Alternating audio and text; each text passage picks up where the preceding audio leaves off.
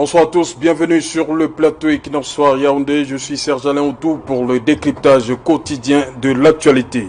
La réunion informelle du Conseil de sécurité des Nations Unies s'est effectivement tenue hier à New York pour se pencher effectivement sur la situation humanitaire au Cameroun et plus précisément dans les régions anglophones en crise, nord-ouest et sud-ouest. La rencontre présidée par les États-Unis a vu tous les pays représentés au Conseil se prononcer sur la situation humanitaire désastreuse dans la partie anglophone du Cameroun. Bizarrement, quelques heures auparavant, le jeune Belambela, ministre des Relations extérieures, dans un communiqué, rappelait, je le cite, qu'il n'en est rien, car une telle rencontre du Conseil aurait été annoncée à l'avance dans le programme de travail du mois en cours. Fin de citation. Et le ministre va jusqu'à banaliser l'affaire, car pour lui, cet échange de vues sous formule ARIA n'est pas du tout une réunion du Conseil de sécurité, mais plutôt une consultation libre, tout à fait en dehors du Conseil. Réunion du Conseil de sécurité des Nations Unies sur le Cameroun, réunion informelle du Conseil de sécurité des Nations Unies sur le Cameroun, comprendre ce qui s'est passé à New York. Madame, Monsieur, c'est le fait du jour.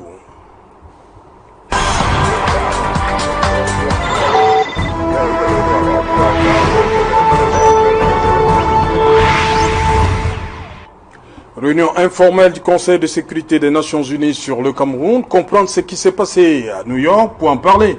Je suis en plateau ce soir avec Jean-Baptiste Atemengue. Bonsoir Jean-Baptiste. Bonsoir Serge et bonsoir aux téléspectatrices et aux téléspectateurs d'Equinox.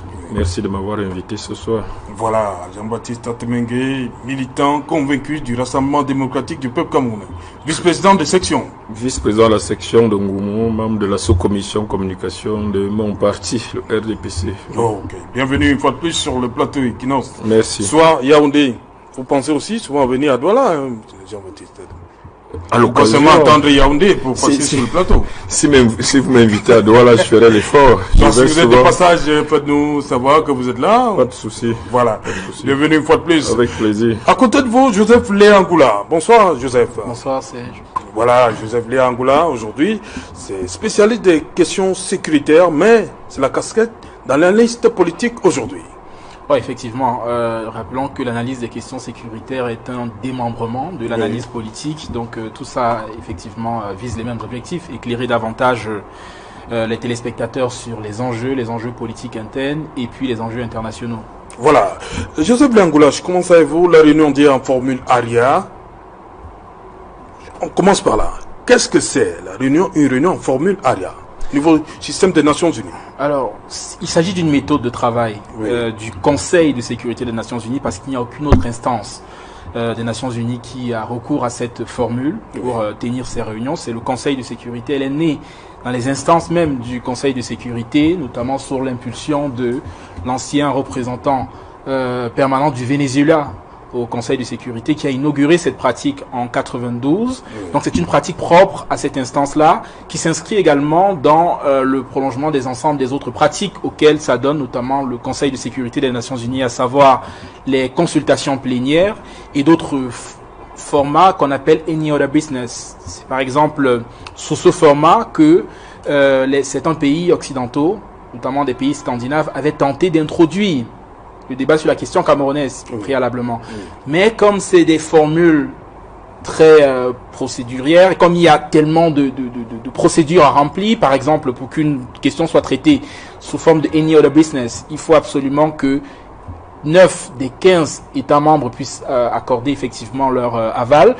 Et donc ça a été difficile. Vous parlez des membres permanents, les 5 permanents et les non permanents. Et les non permanents, ça fait 15. effectivement, ça fait 15, tout à fait. Donc la réunion en formule ARIA est plus informelle et elle permet notamment de discuter sur une question, surtout d'écouter des témoignages des acteurs qui agissent sur le conflit, qui agissent sur le volet humanitaire, qui agissent aussi sur le volet politique, mais seulement pour recevoir l'assentiment de la Chine et de la Russie dans le cadre d'une telle procédure pour bénéficier effectivement de leur accord afin que la réunion puisse se tenir sans beaucoup d'opposition. Il fallait bien entendu limiter la question à la facette humanitaire de la crise et c'est pour cette raison d'ailleurs que les États-Unis, appuyés notamment par la Grande-Bretagne, mais aussi par la République dominicaine et l'Allemagne, voilà, décidé notamment de passer à la fois la réunion sous cette formule, mais aussi notamment de limiter les discussions sur le versant humanitaire de la crise. Donc c'est une réunion qui a moins de contraintes, c'est une réunion où le personnel onusien est sensibilisé sur une question et elle se pose souvent en prélude à une réunion beaucoup plus formelle, à des consultations plénières notamment pour débattre et peut-être sortir cette fois avec soit une résolution, soit un communiqué, soit une déclaration officielle. Mais je voudrais quand même préciser une chose ici. Ce n'est pas la première fois que la question camerounaise est abordée au Conseil de sécurité. Déjà en novembre 2017, lors de l'évaluation de l'audition biannuelle du représentant spécial du secrétaire général des Nations Unies pour l'Afrique centrale, la question camerounaise avait été abordée et ça avait effectivement donné l'occasion aux diplomaties américaines, françaises, mais aussi la diplomatie des Royaumes-Unis, de poser un certain nombre de problèmes, de soulever les difficultés d'accès humanitaire, d'alerter le Cameroun sur la nécessité de dialogue avec les groupes armés sur le terrain. Et donc, cette question avait été abordée. Seulement, elle ne pouvait pas déboucher sur des déclarations assez formelles et assez contraignantes pour pousser le gouvernement à infléchir la ligne qu'il a adoptée jusqu'à présent. Voilà, justement hier, le ministre des Relations extérieures parlait plutôt de consultation libre. Ça se met un peu le tout dans les esprits hier, Jean-Baptiste Atimenge. Alors, le ministre des Relations extérieures avait parfaitement raison parce que côté diplomatie camerounaise, ce n'était pas une réunion souhaitée ni souhaitable. Oui.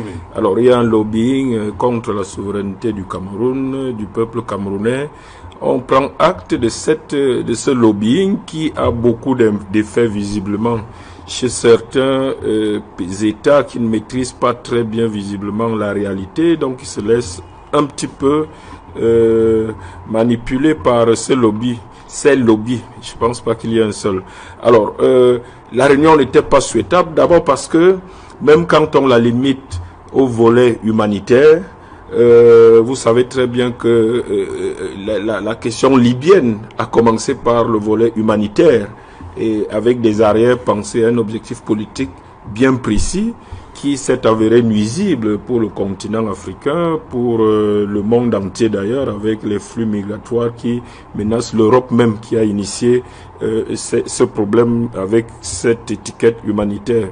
Ce qui s'est passé hier n'a pas été souhaité par le gouvernement camerounais, mais cela a permis au gouvernement camerounais, par notre ambassadeur, son Excellence Tomo Monte aux Nations Unies, qui s'est exprimé très clairement avec une ferveur patriotique, avec des mots très forts.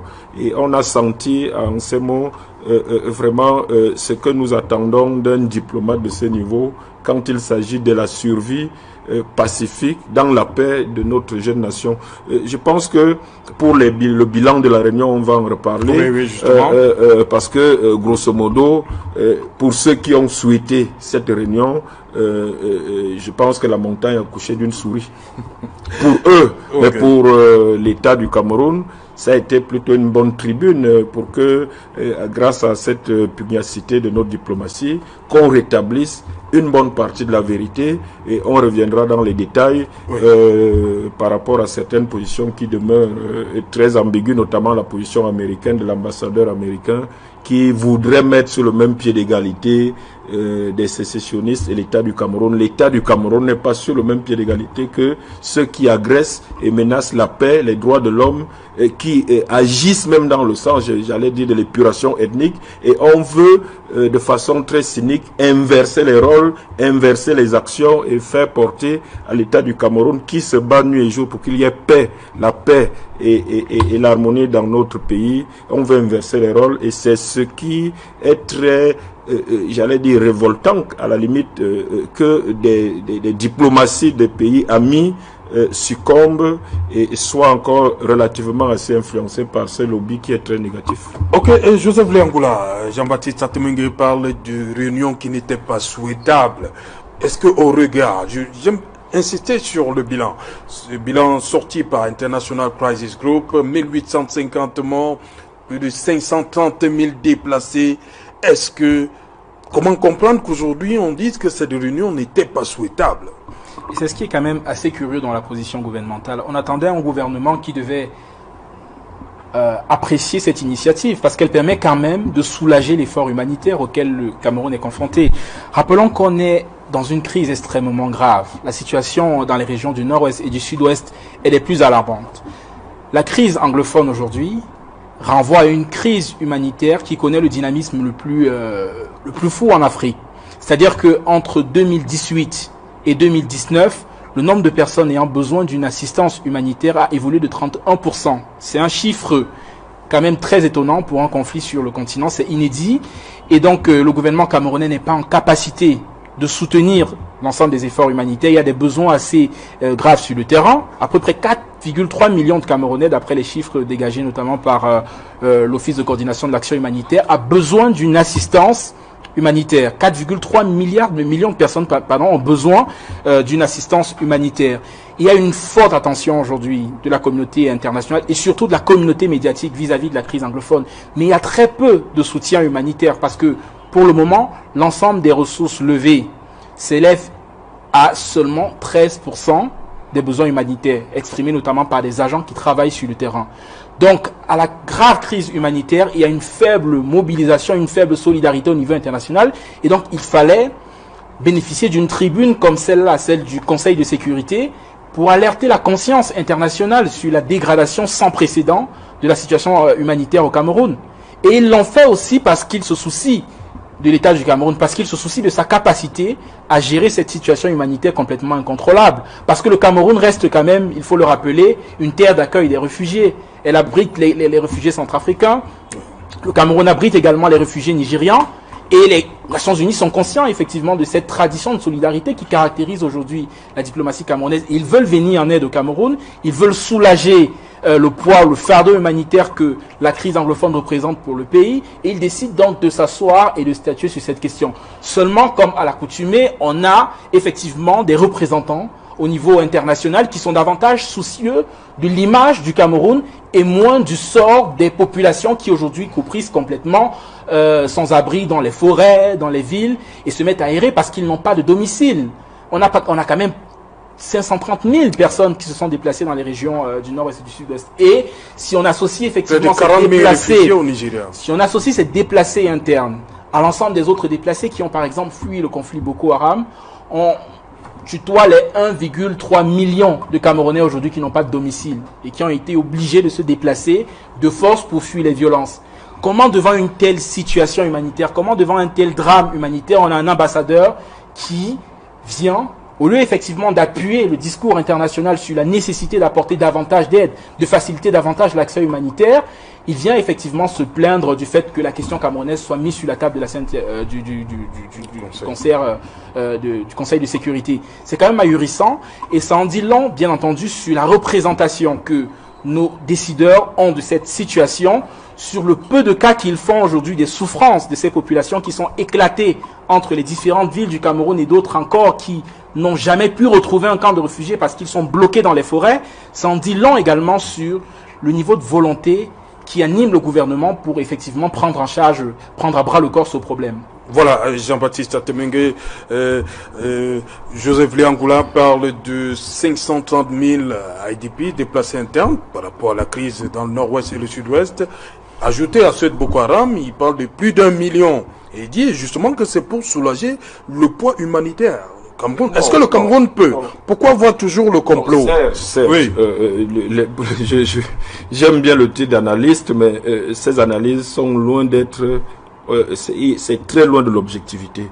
Le processus et les commentaires en amont de cette réunion, si vous avez suivi les commentaires, n'avaient rien à voir au départ avec l'aspect humanitaire. Et quand bien même il y a aspect humanitaire, il y a toujours l'accusation contre le gouvernement qui violerait les droits de l'homme, qui serait responsable de tout ce qui se passe là-bas. Or, quand on est analyste, on doit admettre et reconnaître que le volet humanitaire qui s'en soucie depuis que cette crise politique a commencé, c'est bien le gouvernement. Les autres acteurs politiques camerounais, je ne les ai pas sentis une seule fois mobilisés, à part dénigrer le gouvernement du Cameroun, dénigrer notre État, je ne les ai pas sentis une seconde mobilisés sur l'aspect humanitaire. C'est le gouvernement qui s'est mobilisé, le parti que je représente s'est mobilisé, d'autres représentants d'États européens, occidentaux, se sont mobilisés. Le gouvernement, le chef de l'État a reçu plusieurs représentants des États européens avec qui nous travaillons. La Fondation Aya aussi, hein, qui s'est mobilisée. Qui se sont, ajoutons cela, qui se sont mobilisés pour répondre à cette problématique humanitaire. Oui. On ne peut pas dire que tel que les gens l'ont présenté au niveau international. J'ai même entendu à certains endroits de gros mots tels que génocide. On ne peut pas dire que ces populations sont mal accueillies par leurs frères et sœurs des régions francophones. Pour dire qu'il n'y a pas un problème francophone, anglophone, parce que effectivement, au départ, quand ces bandits armés ont empêché que les enfants n'aillent à l'école, ont détruit les écoles, ont brûlé les hôpitaux et ont contraint ces populations à s'exiler ailleurs, le gouvernement du Cameroun l'a condamné. J'ai pas vu beaucoup d'autres acteurs politiques condamnés. Et jusqu'à cette réunion sur l'humanitaire, je n'ai vu aucune condamnation ferme des auteurs et de ceux qui sont à l'origine de cette situation. C'est pas l'État du Cameroun, c'est pas le gouvernement du Cameroun. Jusqu'à ce que des gens prennent des armes pour soi-disant exprimer leurs opinions, ces populations vivaient en paix, ces populations allaient à l'école, comme tous nos compatriotes des 10 régions. Et donc, il y a quelques-uns qui se sont levés un beau matin, qui ont déclaré la guerre à l'État du Cameroun, qui ont déclaré la guerre à la démocratie, qui ont déclaré la guerre aux droits de l'homme, et avec la complicité tacite des acteurs politiques. Quand j'entends ce discours d'analyse, c'est un discours implicitement en faveur de tels actes, parce que nous devons parler d'une même voix, nous qui défendons la démocratie et les droits de l'homme, nous qui voulons le bien de ces populations, le bien de tous les Camerounais, comme nous l'avons fait face à Boko Haram. Nous devons parler d'une voix et taire les divisions politiques, les petits calculs politiciens. Et c'est ce que l'ambassadeur Monté a su dire hier. Il ne s'agit pas d'un régime, il ne s'agit pas du président Paul Biya, il ne s'agit pas du RDPC. Nous parlons du Cameroun. Cessons de parler avec des arrière-pensées politiques. Parlons Cameroun, et il y a une agression de bandes armées, des gens qui ne veulent pas de démocratie, qui ne veulent pas de discussion politique en paix, contre notre démocratie, contre notre liberté. Et c'est de ça qu'il s'agit. Si nous parlions d'une seule voix, je crois qu'on aurait avancé beaucoup plus tôt par rapport au frémissement. Heureusement que nous sentons sur le terrain. Il faut que nous soutenions fermement ces frémissements. Le Premier ministre est en train de faire un travail formidable. Que là maintenant, vous tu analystes, que tu dises, nous sommes d'accord, allons-y, on va revenir à nos questions politiques après. Voilà, et c'est ça l'analyse de quelqu'un qui veut contribuer merci Jean-Baptiste. Ce n'est pas des intrigues politiques. Je comprends le malaise de certains d'entre vous quand ils sentent qu'il y a ce frémissement de paix. Okay, je comprends le malaise parce que ça vous nourrit beaucoup. Merci Jean-Baptiste Atmengue. Je vais passer la parole tout à l'heure à Joseph Léangoula. Permettez d'abord qu'on accueille Olivier Bibou-Nissak. Bonsoir Olivier. Bonsoir Serge Alain. Vous m'avez parlé d'une journée chargée lorsqu'on préparait cette émission. C'est pourquoi vous êtes en retard. Je vous promets, c'est une journée ultra chargée. Oui. J'ai dû partir au pas de course d'une autre réunion de crise. Vous savez, on a eu 2 audiences aujourd'hui, ultra saturées, ultra chargées. Il y avait au total plus d'une 40aine, voire une 50aine de prisonniers politiques qui comparaissaient. Il fallait suivre le tout. Il fallait préparer les rendus qui seront publiés le moment venu sur ma page officielle, etc. Il fallait travailler sur toutes ces questions. Il fallait préparer quelques éléments de langage pour certains de nos éléments qui iront sur certains plateaux intervenir.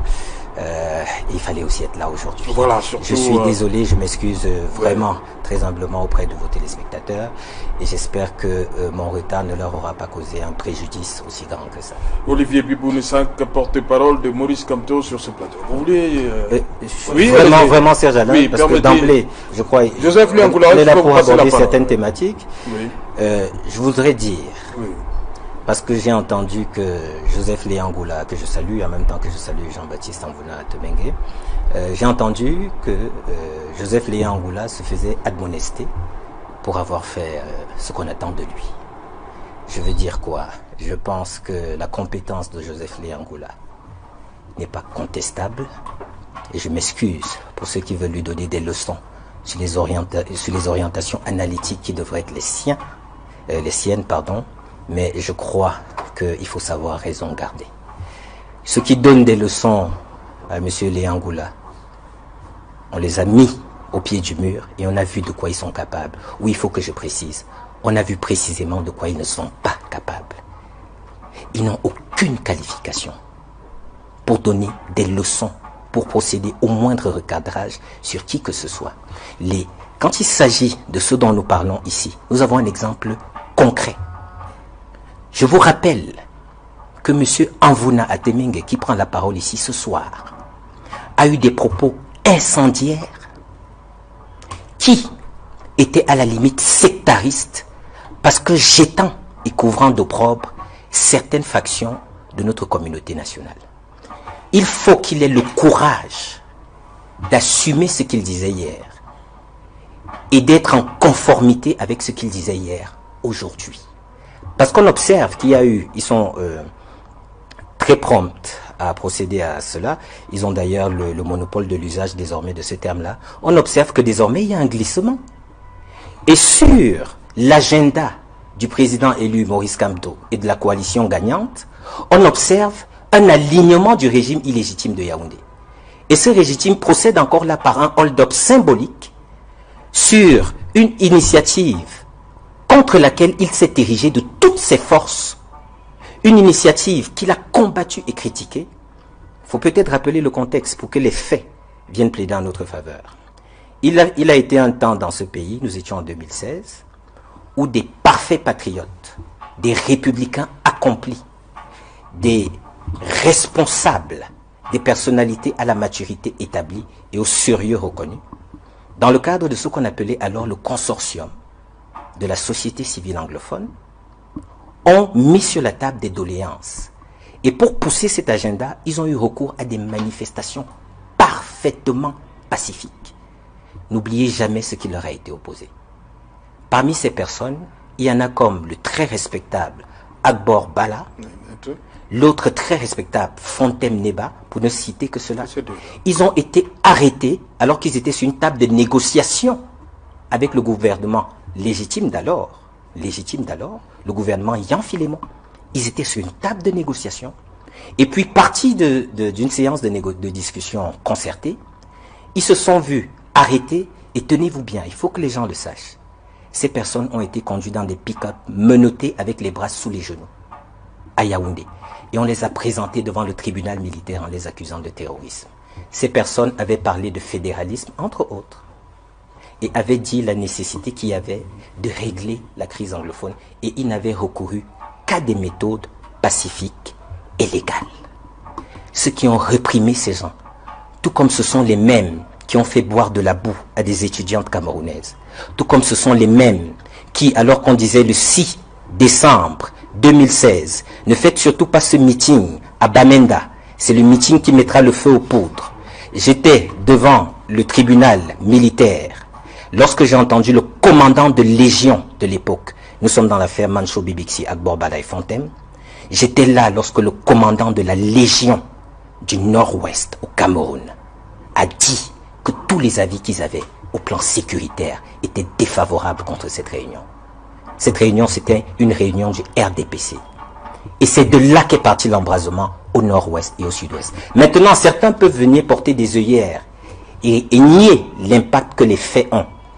Ils peuvent tout aussi réécrire l'histoire récente qui a abouti à l'escalade, qui a, in fine, abouti à la situation catastrophique dans laquelle nous sommes, mais qu'ils aient au moins la décence de marquer à l'égard des Camerounais et de toutes ces familles endeuillées un brin de respect pour les faits.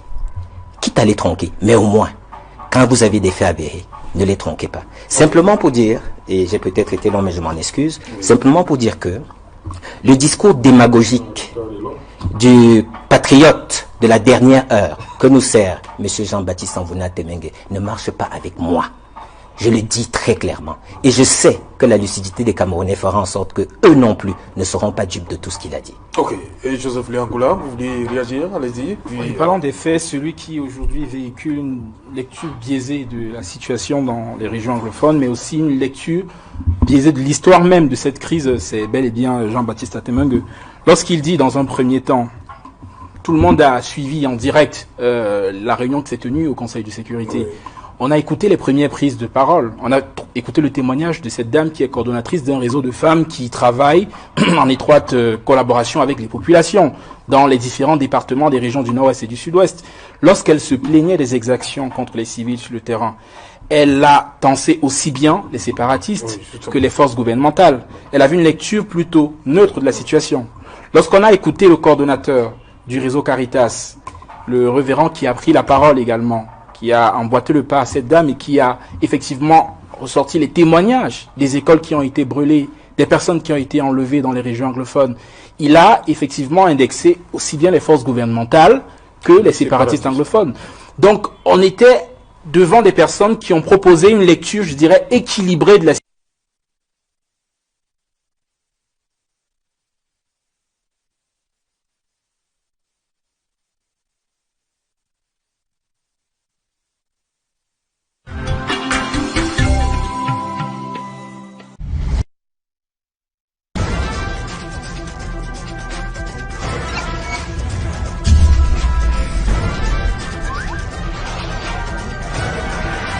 Equinox Télévision, au-delà de l'image, nous rendons compte.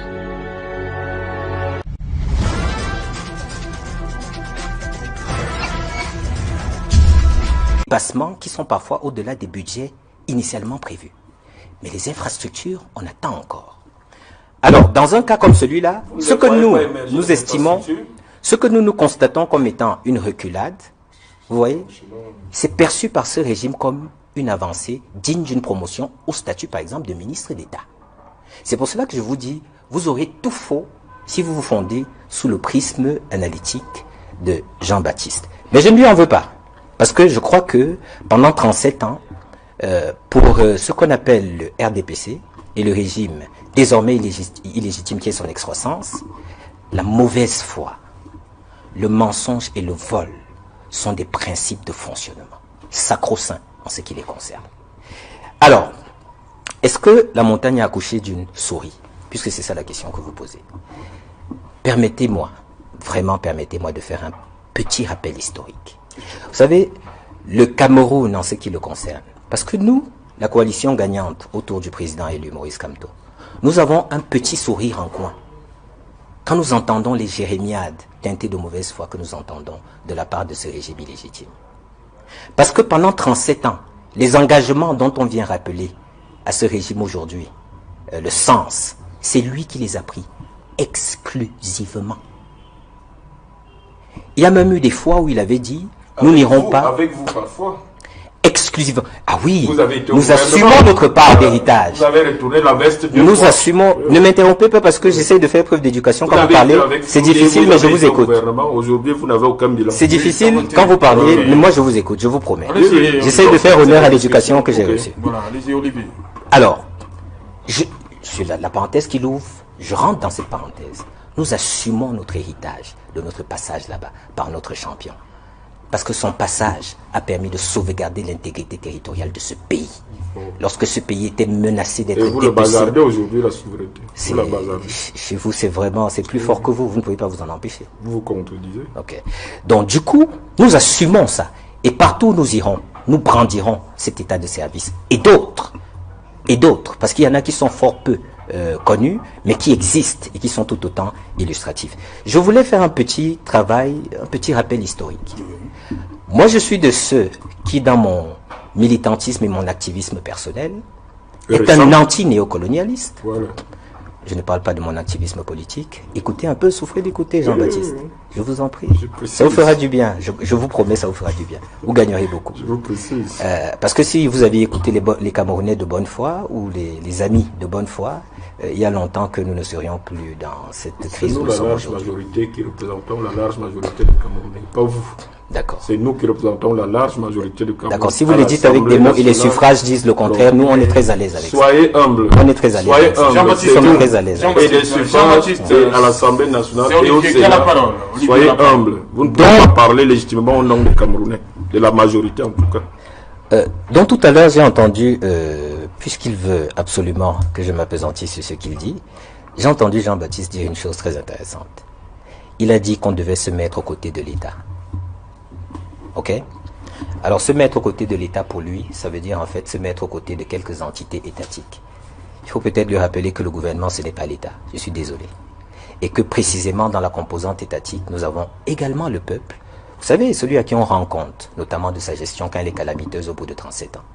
Et donc, il y a le peuple, il y a le territoire, il y a les institutions. Et même, il y a des institutions qui sont supposées échapper aux tentacules totalement corruptives de l'exécutif camerounais. Le rappel historique que je veux faire, en plus de dire au passage qu'être avec l'État et être républicain, c'est respecter les suffrages. C'est de ne pas être un pickpocket politique qui commet des petits larcins, des simples vols électoraux, comme il commet des vols avec les fonds publics et comme il commet y compris des vols avec la bonne moralité publique, au point où on se retrouve dans la situation où nous sommes. Tout comme ils volent la paix aux Camerounais, et le moment venu, présentent les Camerounais comme les artisans de l'insécurité dans laquelle ils vivent, alors qu'en fait ce sont ces échecs et ces errements qui conduisent à ça. Je voudrais faire un historique, malgré toutes les interruptions qu'il essaye de faire.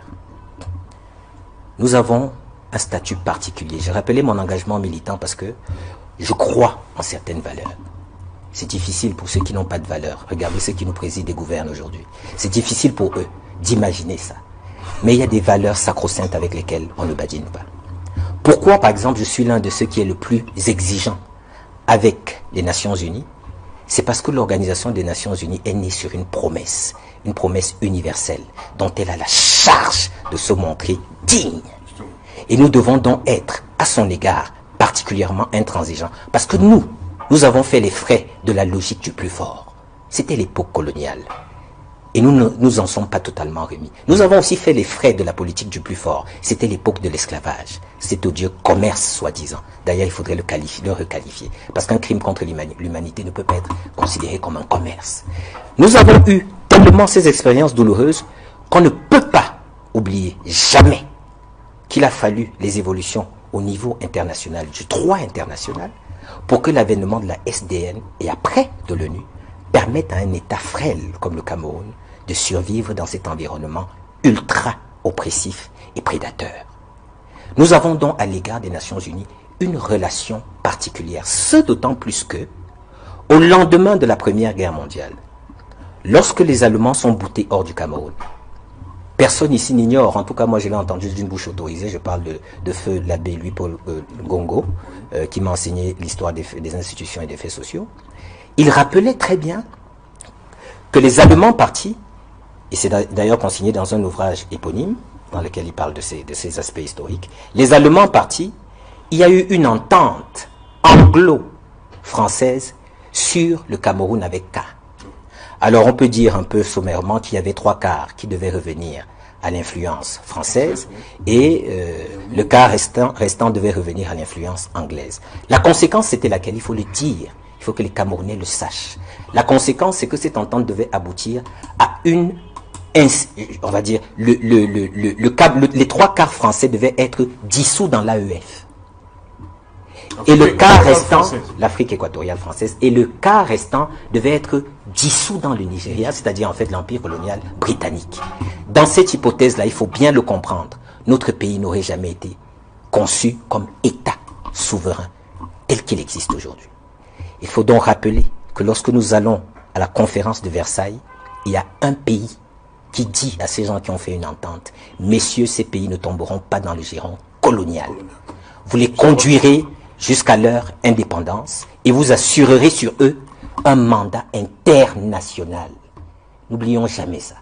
Donc le Cameroun a un statut particulier au sein de la communauté internationale parce qu'avec le Togo et dans une certaine mesure la Namibie et le Rwanda au Burundi, ils ont fait progresser et en grand bond, l'harmonisation des rapports internationaux entre les États.